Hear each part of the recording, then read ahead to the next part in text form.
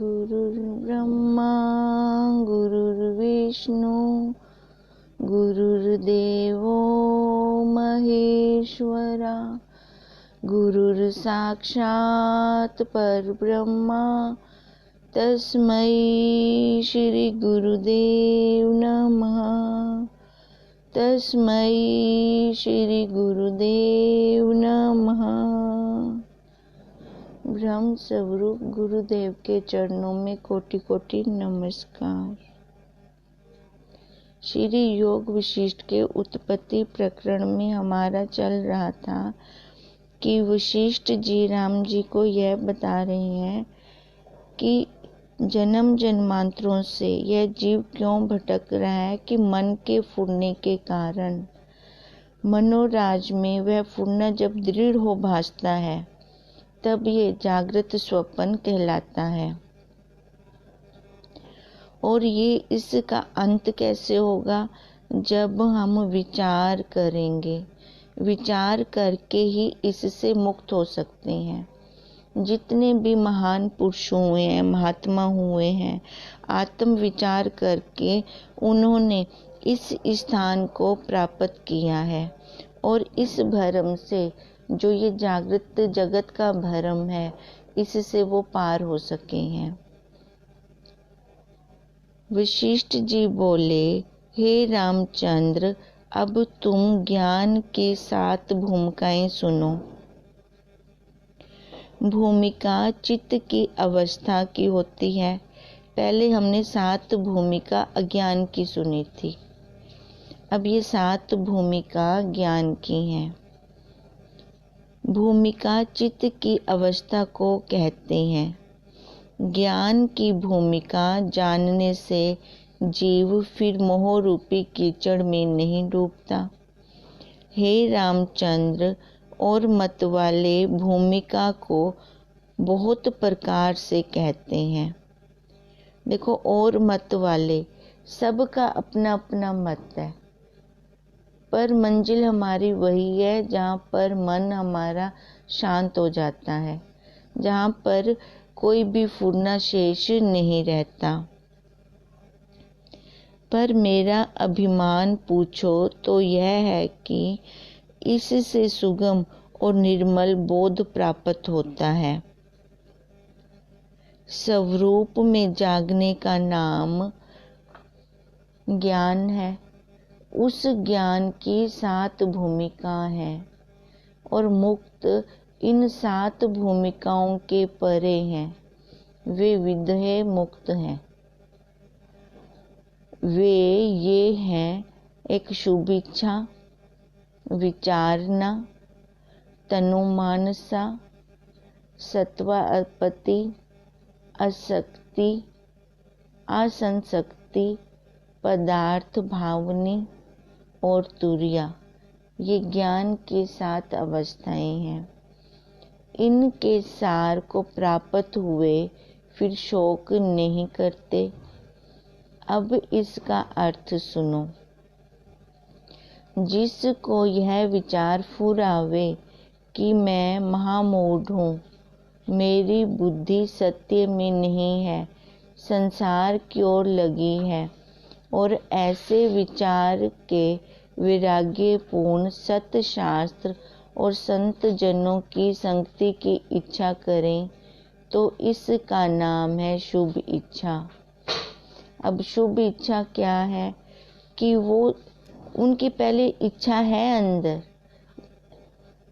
कि संसार की तरफ जा रही हैं। अब जो भी विषयों की तरफ जाते हैं वो शुभ इच्छा नहीं होती।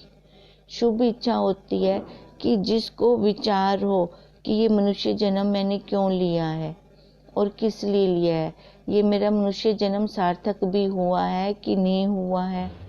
अब जब ये अपने परमार्थ की ओर लौटता है जीव, अपने स्वरूप को पाने के लिए उसके अंदर तड़प लगती है, उसको बोलते हैं शुभ इच्छा। अब उसके बाद है विचारना। सत्य शास्त्रों को विचारना, संतों की संगति। देखो, विचार हमारा कैसे परिवर्तन लेता है, कैसे बुद्धि निर्णय लेती है कि ये सही नहीं है, ये सही है। बुद्धि तो हमारे पास अज्ञान काल में भी थी, और उस काल में जो हमारे मन में आता था हम वही कहते थे, और वही हमें लगता भी था कि ये ठीक है। पर बुद्धि तो अब वही की वही है। ये इसने परिवर्तन कैसे लिया? जब हमने अपने गुरुदेव का संग किया, जब हमने गुरुदेव के साथ अपनी बुद्धि को रगड़ा, उनकी बुद्धि के साथ अपनी बुद्धि को रगड़ा, फिर विवेक विचार हमारा जागा और पता लगा कि आज तक तो गलत क्रिया हो रही थी और उसी को मैं ठीक कह रही थी और सामने वाले से भी वही मनवाना चाह रही थी। सत्य शास्त्रों को विचारना, संतों की संगति, विषय से वैराग्य और सत्य मार्ग का अभ्यास करना। अब सत्संग में गए, वहाँ से हमने श्रवण तो किया, फिर क्या वो भर के भी लाए अपने अंतःकरण रूपी पर्स में कि हम ऐसे ही खाली चले आए? अगर हमारे पास देखो धन होता है पर्स में तभी हम खर्च करते हैं। अब वही महावाक्य अपने अंतःकरण रूपी पर्स में जब भर कर लाई तो उनका मनन किया।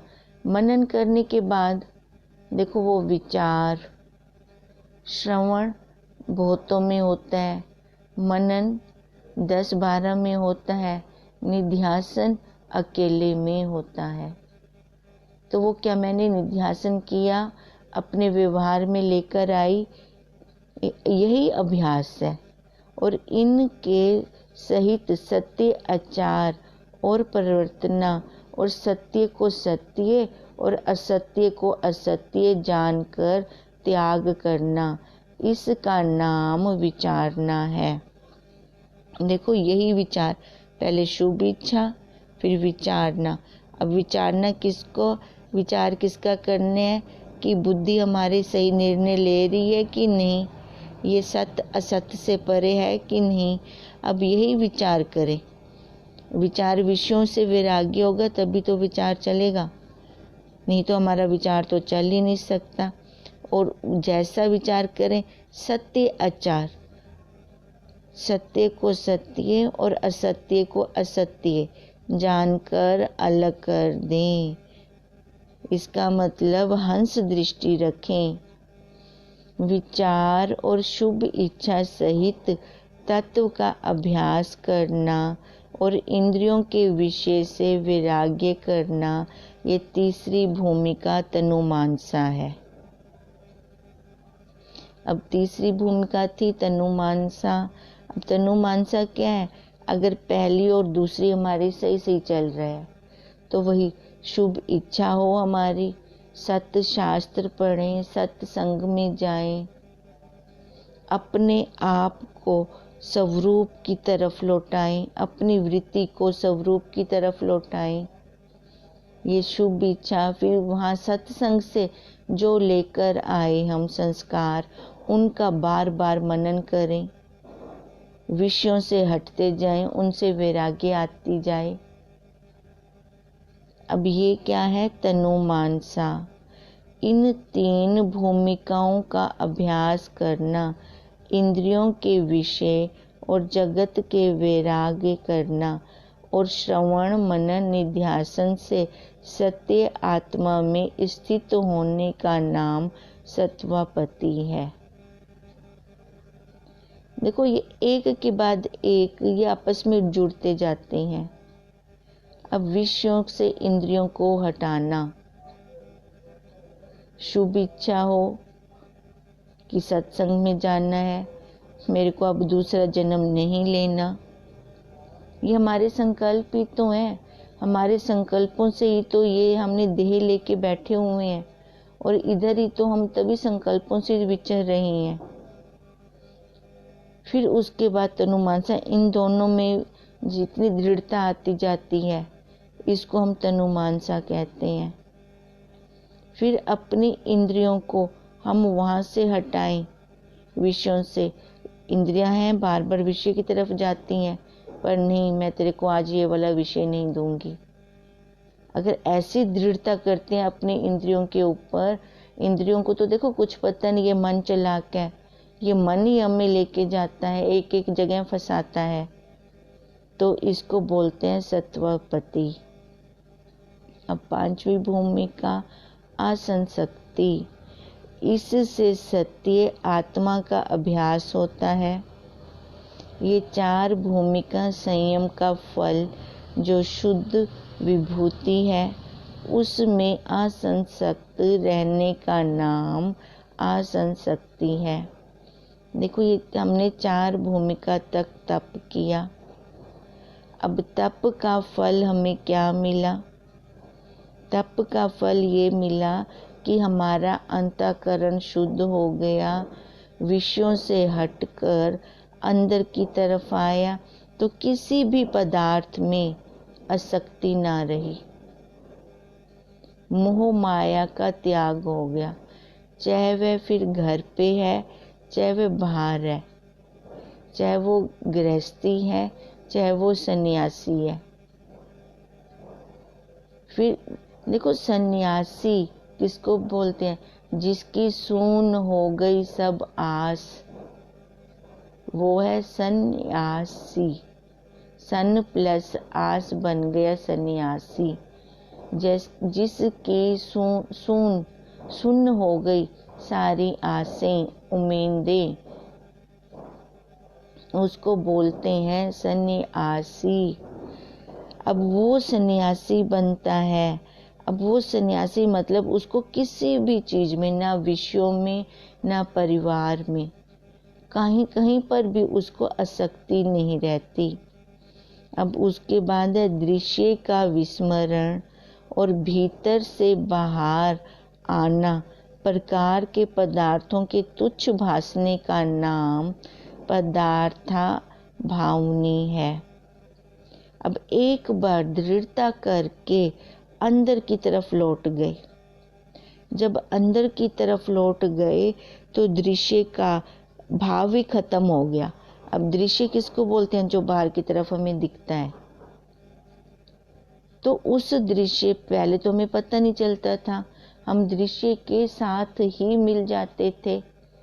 बैठे तो दृष्टा बन के थे, दर्शक बन के थे, पर कब पता चला कि हम दृश्य बन गए? फिर जैसे सामने हम मूवी देख रहे हैं, उसी के साथ हंस भी रहे हैं, रो भी रहे हैं। अब जिस नर ने इतना पुरुषार्थ कर लिया, फिर उसका दृश्य भ्रम खत्म हो जाता है।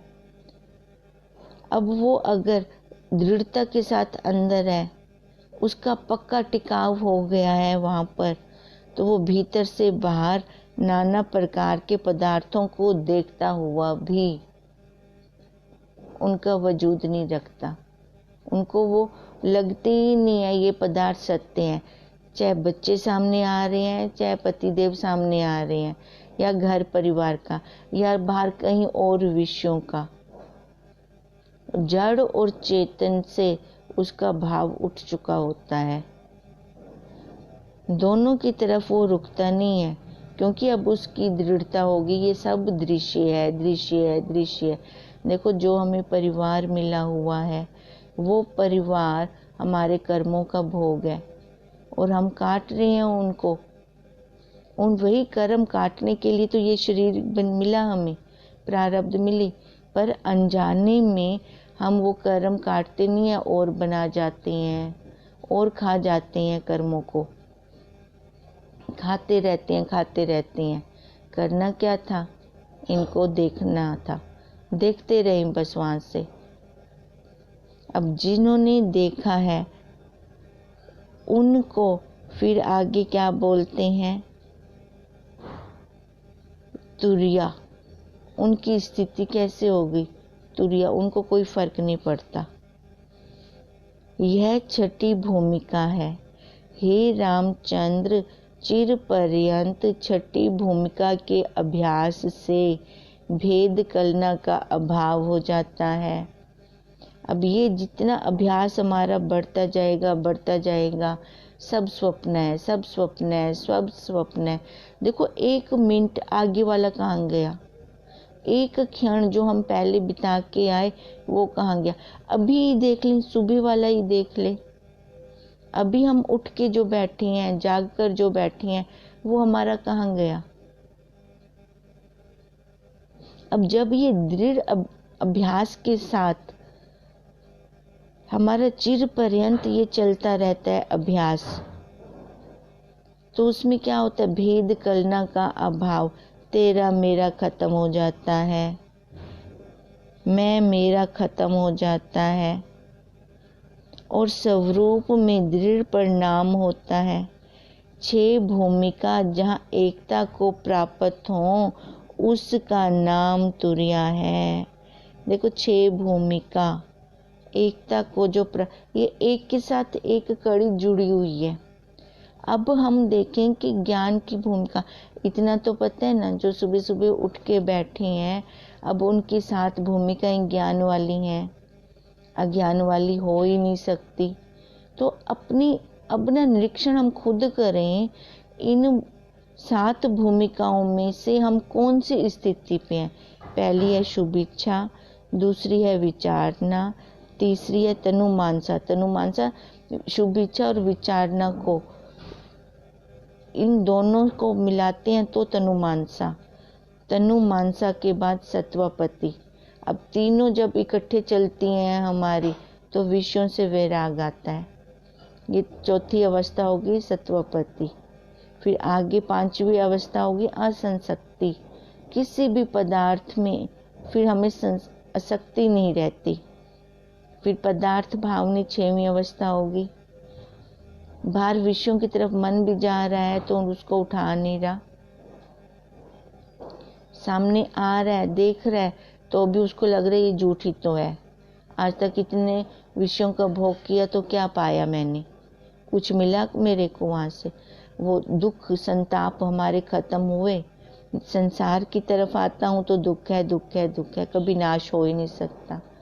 और जब मैं संसार से दूसरी तरफ जाता हूँ, अपने स्वरूप की तरफ का पुरुषार्थ करता हूँ, तो ये दुख रहते ही नहीं। अब इसको क्या बोला, पदार्थ भावनी, यानी कि किसी भी चीज की तरफ मन करता ही नहीं है। इन 6 का जब नितांत अभ्यास चलता है, चिर पर्यंत ये चलते रहते हैं 6 की 6 भूमिकाएं, तो वो कौन बन गया, संत महात्मा तुर्या।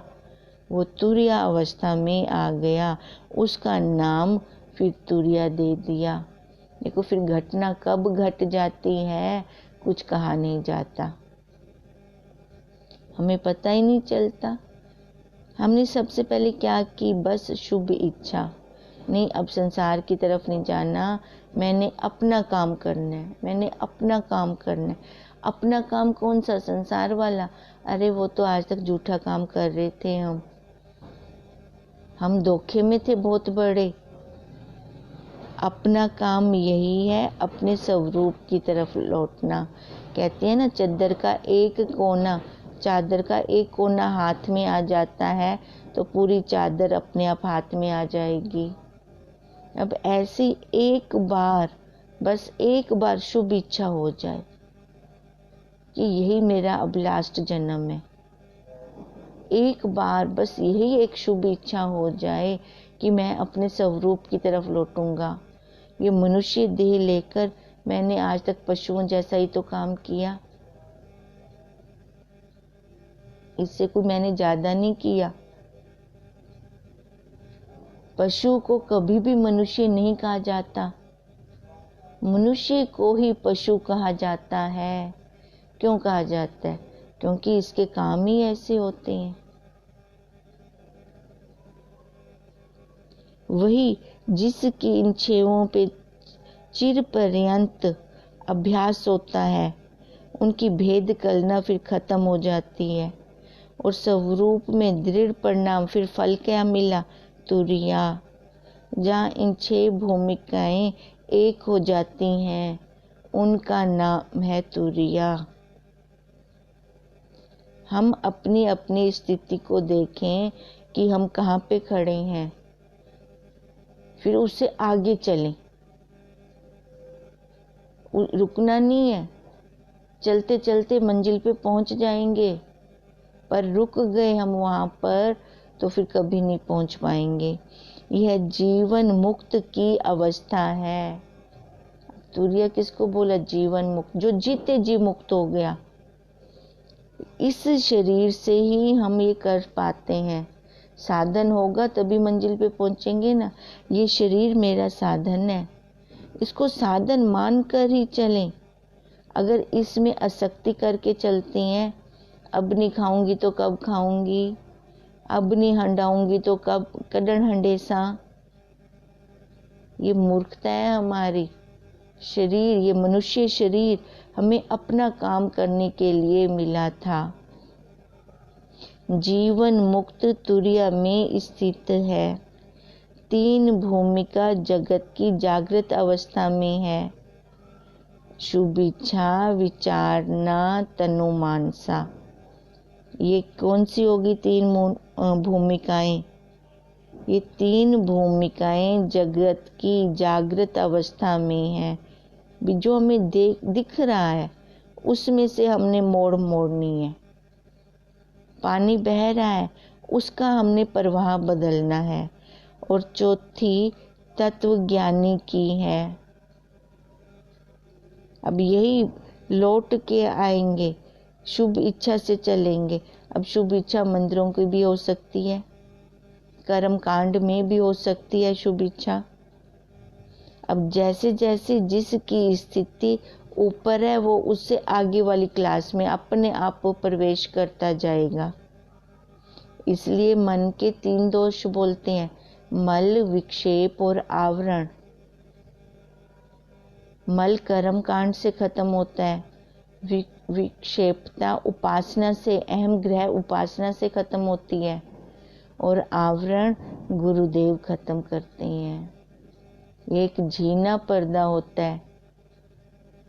झीना पर्दा जैसे एक ट्रांसपेरेंट शीशा हो गया, उस साइड में दूसरी साइड का पदार्थ भी दिखाई देता है ट्रांसपेरेंट शीशे के अंदर, पर हमें ये नहीं पता चलता कि बीच में एक शीशे की दीवार है। जब पास में जाते हैं तो भी नहीं पता चलता, फिर ठोकर लगती है, नाक टूटता है, तो पता चलता है ये कांच की दीवार बीच में थी। ये कांच की दीवार हमारे गुरुदेव खत्म करते हैं। जो ये ट्रांसपेरेंट दीवार है, इस साइड का भी देख रहे हैं, दूसरी साइड का भी देख रहे हैं, अपने स्वरूप का भी देख रहे हैं, और शीशे से उधर बाहर जगत का भी रूप देख रहे हैं, पर समझ में नहीं आता, वो दृढ़ता नहीं बनती, क्योंकि तब तक हम अपने गुरुदेव के चरणों में नहीं बैठे। अब यही बात है, जीवन मुक्त तुरीय पद में स्थित है। 3 भूमिका तो जगत की हैं। ये जो हम कर्म कांड करते हैं वो तो है ही है, जो हम माला लेके बैठते हैं तो वो भी तो शरीर से बैठ रहे हैं। मैं जान के बैठ रहा हूँ, अंतःकरण के साथ मिल के बैठ रहा हूँ। जो हम ध्यान और समाधि करते हैं वो भी तो अंतःकरण से मिल के बैठते हैं। फिर उसके बाद हमें नहीं पता चलता, पर पहले बैठे कैसे? अंतःकरण से जुड़ के। तभी इसको क्या बोला गया? जगत की जागृत अवस्था। अब चौथी अवस्था तत्व ज्ञानी की है। फिर तत्व पे कब मोड़ आ गया? मैंने अपना धर्म किया और उसने अपना। पांचवों और छठी जीवन मुक्त की अवस्था है। 5वीं और छठी, फिर ये वैराग्य आना शुरू हो गया जब एक बार तत्व पे आ गए। अब गुरुदेव क्या जीना पर्दा हटाते हैं, कर्म कांड से तत्व की ओर लेकर आते हैं। मैंने कर्म किया तो गुरुदेव ने अपना धर्म निभा दिया। यही छठी और 5वीं अवस्था जीवन मुक्त की अवस्था है। और उसी में दृढ़ता, जितनी दृढ़ता होती जाती है वो तुरीय पद में विधेय मुक्त स्थित होता है। 6 भूमिकाओं का फल क्या? तुरिया पद। अब तुरिया पद वाले व्यक्ति को ही विधेय कहा गया। अब वो व्यक्ति ना रहा, वो संत बन गया, महान आत्मा बन गया। हे रामचंद्र, जो पुरुष भाग्यवान है वह सप्त भूमिका में स्थित होता है। जो पुरुष महाभाग्यवान है, भाग्यवान भी नहीं, एक हम कहते हैं हंस दृष्टि हंस और एक हम कहते हैं परमहंस। अब जो परमहंस है, हंस में से ही तो परमहंस बनते हैं। अब जो परमहंस है उसको क्या कहा? महाभाग्यवान। वह 7 भूमिका में स्थित होता है और वही आत्मारामी महापुरुष परम पद को प्राप्त होता है। देखो, ये एक जन्म में हमारा खत्म नहीं होता। हम कहते हैं ना, जितना मैंने सूट सिला, अब सूट कौन सा सिला? ज्ञान की तरफ, इन 7 भूमिकाओं में। अब 7 भूमिकाओं में मैं कौन सी, कितना मैंने सूट सिल लिया, मतलब कौन सी भूमिका पे आ गई? 7 भूमिका है। इन 7 भूमिकाओं से मैंने 3 तक सिला मानो तो मैंने आधा सूट सिला, है ना। 4 तक तो भी आधा। अब जितना जितना जिसकी स्थिति है उतना तो उनको पीछे वाला मिलेगा ही मिलेगा, ये प्रकृति का नियम है। उतना तो उन्होंने पीछे वाला देना ही देना है, बस उसकी रिवीजन करनी है, उससे फिर आगे चलना है, बस उससे आगे जानना है। अब उसमें जितना जितना पुरुषार्थ करते जाएंगे, सूट सिलने का जितना जितना हमारा पुरुषार्थ होगा, तभी जाके सूट हमारा पूरा होगा, तभी वही जीवन मुक्त की अवस्था आएगी, तभी वो महाभाग्यवान है। वह 7 भूमिका में स्थित होता है और वही आत्मा रामी महापुरुष परम पद को प्राप्त होता है। हे रामचंद्र, जो जीवन मुक्त पुरुष हैं वे सुख दुख में मगन नहीं होते। उनके लिए क्या है? दृश्य है। ये सुख भी दृश्य है और दुख भी दृश्य है, देखते रहते हैं बस, उनमें वो मगन नहीं होते फिर। और शांत रूप होके अपने प्राकृतिक आचार को करते हैं। अप्रारब्धवश जो कुछ मिल रहा है, चाहे सुख आ रहा है चाहे दुख आ रहा है, वो उसको कैसे देखते हैं? जैसे हाथ पे रखा हुआ आंवला अलग से दिखाई देता है, वो ऐसे ही अलग से देख रहे होते हैं। अथवा नहीं करते तो भी उनको कुछ बंधन नहीं है। अगर कर्म कर रही हैं तो भी बंधन नहीं है, अगर कर्म नहीं करते तो भी बंधन नहीं है। हर ज्ञानी की अपनी अपनी प्रारब्ध है। किन्हीं की प्रारब्ध प्रावर्ती प्रधान है और किन्हीं की प्रारब्ध निवृत्ति प्रधान है। व्यास जी प्रावर्ती प्रधान है और सुखदेव जी निवृत्ति प्रधान है। पर हमारे शास्त्र कहते हैं जिनकी प्रारब्ध प्रावर्ती प्रधान है तो उसको मंद प्रारब्ध बोला गया ज्ञान में, और जिनकी निवृत्ति प्रधान प्रारब्ध है उसको उच्च प्रारब्ध बोला गया है। क्योंकि बंधन में कब जीव आ जाए, प्रावृत्ति करते करते कुछ कहा नहीं जा सकता।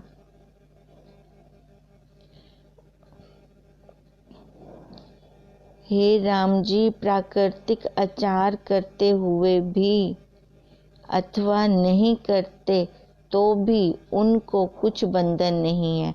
किनको? आत्मारामी महापुरुषों को। उनको क्रिया का बोध कुछ नहीं रहता। जैसे सुषुप्त पुरुष के निकट जाके कोई क्रिया करे तो उसे कुछ बोध होता है? नहीं होता। उसको तो पैर पे चूहा भी काट जाए जो सुषुप्ति में है तो भी उसको पता नहीं चलता, तैसे ही उसको भी क्रिया का बोध नहीं होता। वह तो सुषुप्तवान उन्मीलित लोचन है, मतलब अज्ञान की निद्रा में है, पर ये जागृत अवस्था में जिसको सुषुप्ति आ गई वह ज्ञान की निद्रा में है। हे रामचंद्र, जैसे सुषुप्त पुरुष को रूप, इंद्रिय और उनका अभाव हो जाता है, तैसे ही 7 भूमिकाओं में अभाव हो जाता है। अब ये 7 भूमिका हो गई जागृत में सुषुप्ति अवस्था की। यह ज्ञान की 7 भूमिका ज्ञानवान का विषय है। पशु, वृक्ष, मलेच्छ, मूर्ख और पापचारियों के चित्त में इनका अधिकार नहीं होता। उनको तो शुभ इच्छा करने की ये पहले पिपासा ही नहीं जागती। बार बार वो संसार की तरफ जाते हैं, मैं मेरे की तरफ लौटते हैं।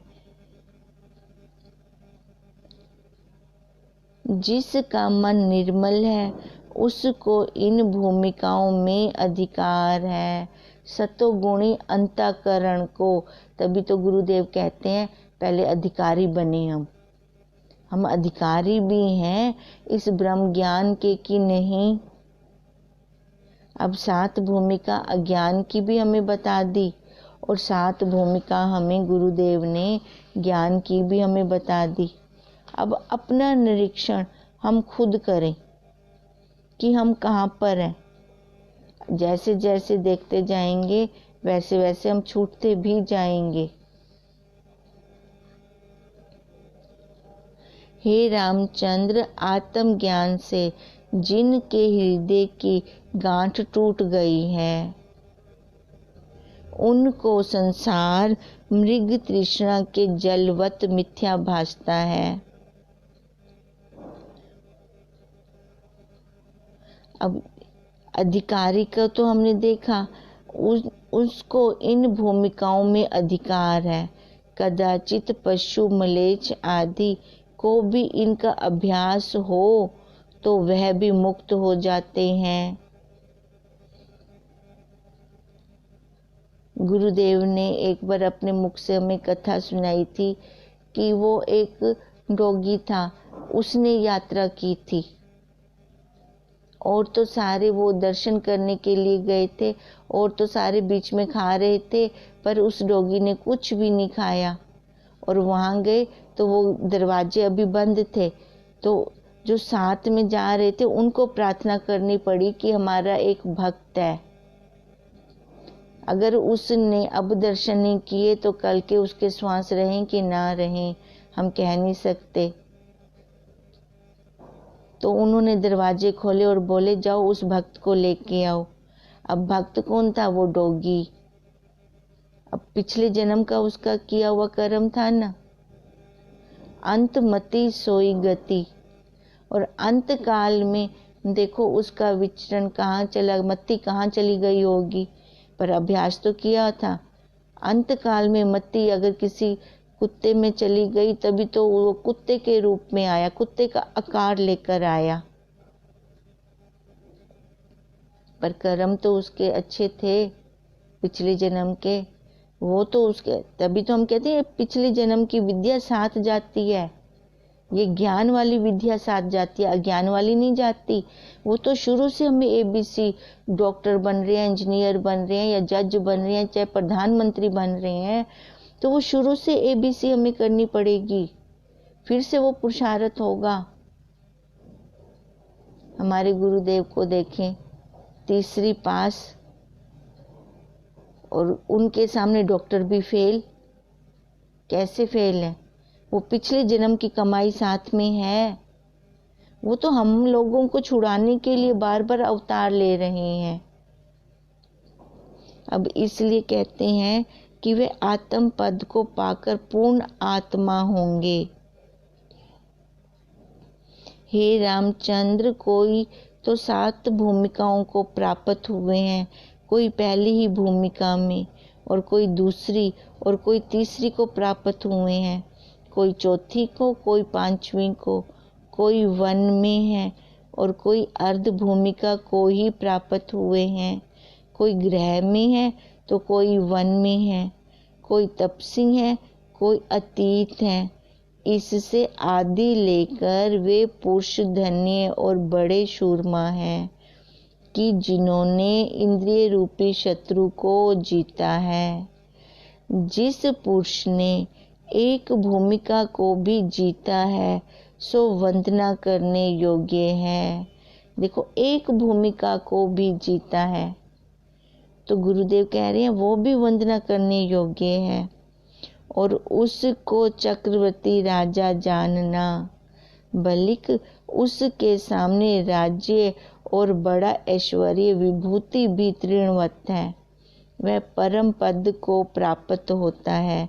अब एक चद्दर का कोना तो हाथ में आ गया, इतना काफी है।